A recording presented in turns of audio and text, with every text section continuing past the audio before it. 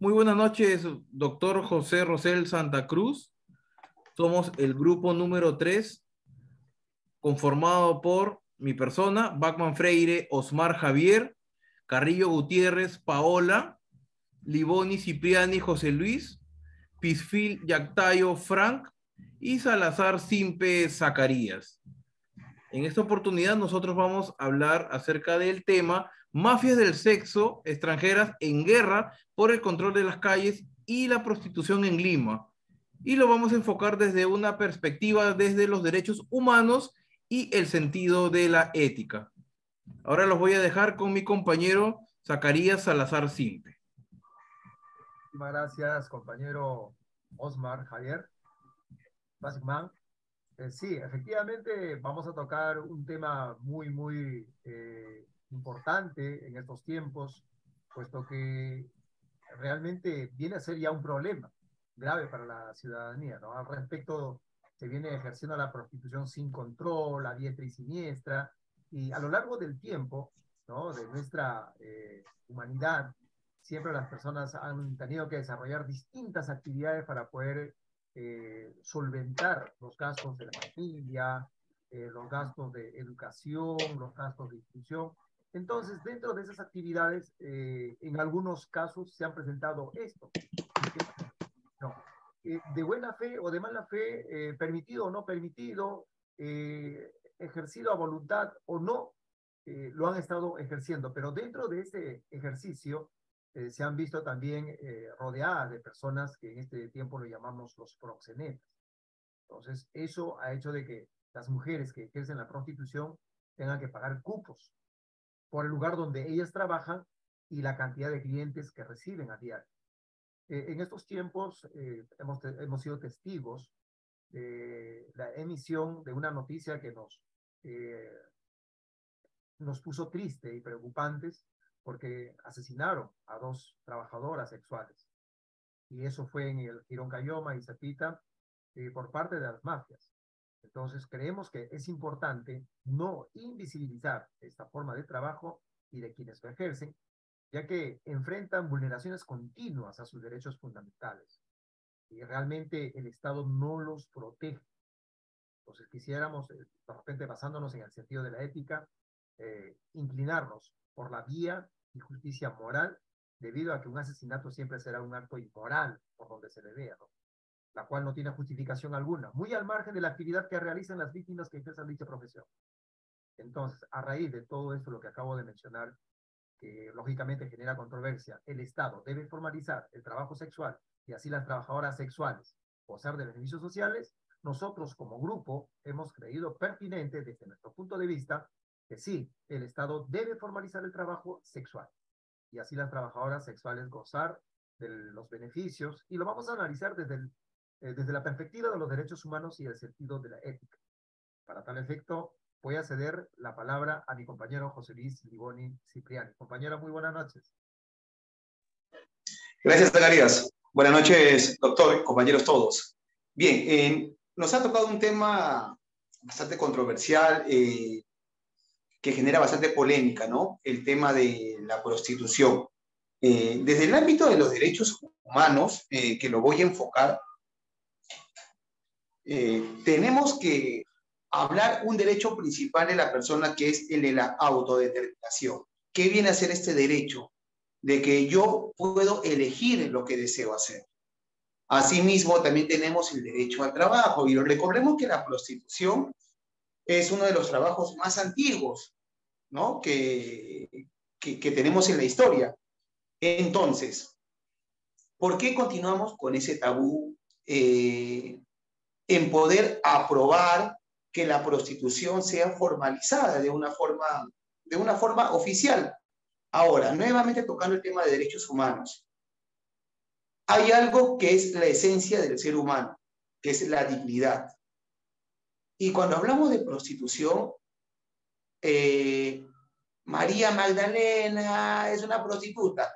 Todos se sorprenden, la lapidan, la humillan. ¿Cómo creen que se siente esa mujer en su dignidad? Más aún, no darle los beneficios laborales, darle salud, ¿no? Y todas esas cositas son las que tiene que ver el Estado. Nosotros estamos enfocando por la parte de derechos humanos. Ahora voy a pasar con mi compañero Osmar para que nos lo haga ver desde la parte de la ética. Muchas gracias, estimado José Luis. Efectivamente, ¿no? Ya cuando hablamos de ética, ya estamos enfocándonos un poquito más en el carácter social, en el carácter moral. Y entonces vemos que la prostitución como tal transgrede las, vamos a ponerlo así, entre comillas, transgrede las buenas costumbres propias de cada sociedad. Por ejemplo, existe un autor, Whitnow, el cual habla acerca del fenómeno, un fenómeno social que él lo denomina como el estigma. Este estigma es la interpretación que tienen las personas sobre un hecho que no cumple con las expectativas de lo que es bueno o lo que es correcto, basado ya sea en creencias, en pensamientos, en ideas, en imaginarios, usos, costumbres propios de su realidad, propios de su sociedad. Entonces vemos que la prostitución tiene este estigma.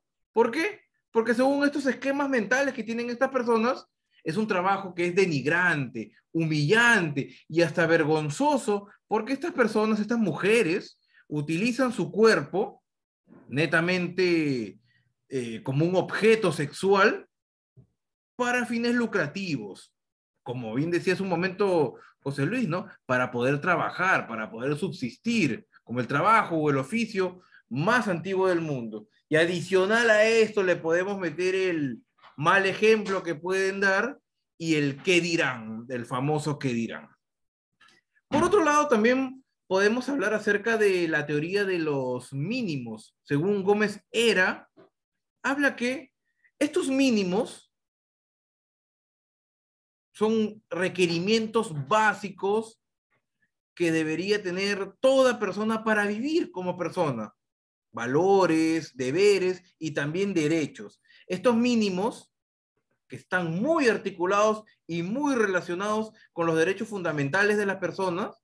Es por eso que se articula los mínimos, la ética de mínimos con la ética civil, ¿no? En base a mínimos axiológicos, que son valores, y normas legales dentro de una sociedad. Una vez que se cumplen estos mínimos, que son los requisitos mínimos para poder vivir como una persona digna, libre, libre de violencia, poder buscar una felicidad a futuro. Y esa felicidad ya estaríamos hablando de la ética de máximos.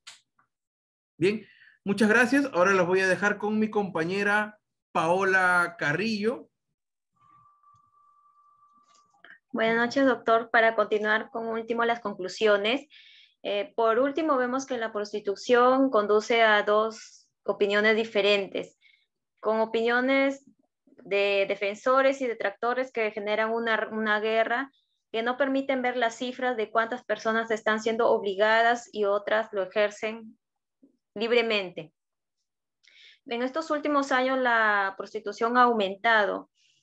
Lo que debería hacer el Estado debería permitirlo y controlarlo por medio de la SUNAT, que paguen sus impuestos, y también a eso le beneficiaría tener un seguro del SIS para que tengan un carnet, lo controlen por medio de un carnet de sanidad también, le beneficiaría a ellas y a los parroquianos.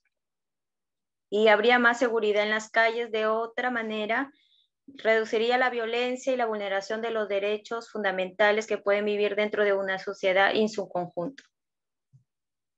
Eso sería todo. Gracias. Listo, doctor. Muchísimas gracias por su atención, por su disponibilidad. Y ya será hasta otra ocasión. Muy buenas noches. Gracias.